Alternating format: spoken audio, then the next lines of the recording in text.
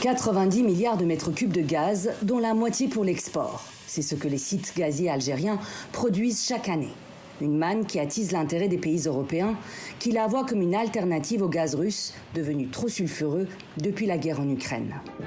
Ainsi, en début de semaine, le président du Conseil italien, Mario Draghi, s'est rendu à Alger sur invitation du président algérien Abdelmadjid Tebboune pour une visite de travail axée sur l'énergie. Un déplacement fructueux pour Rome, puisqu'il s'est conclu par la signature de 2 accords.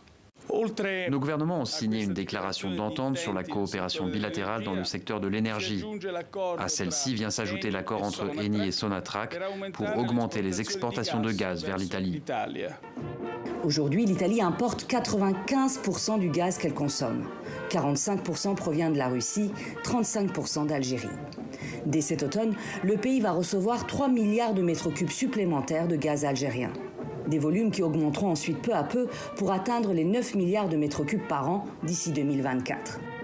Ces accords interviennent alors que l'Algérie est en froid avec l'Espagne, un autre de ses clients gaziers. Car Madrid soutient désormais la position marocaine et non algérienne sur le dossier disputé du Sahara occidental. Ce contrat et ce rapprochement va aboutir à d'autres formes de partenariat, gagnant-gagnant dans les deux côtés, sachant que l'Algérie aussi, l'objectif de sa nouvelle politique, c'est de diversifier ses partenaires et de diversifier aussi son économie. Outre l'Italie et l'Espagne, le géant des hydrocarbures algérien, Sonatrach, fournit aussi en gaz d'autres pays européens comme la France et le Portugal.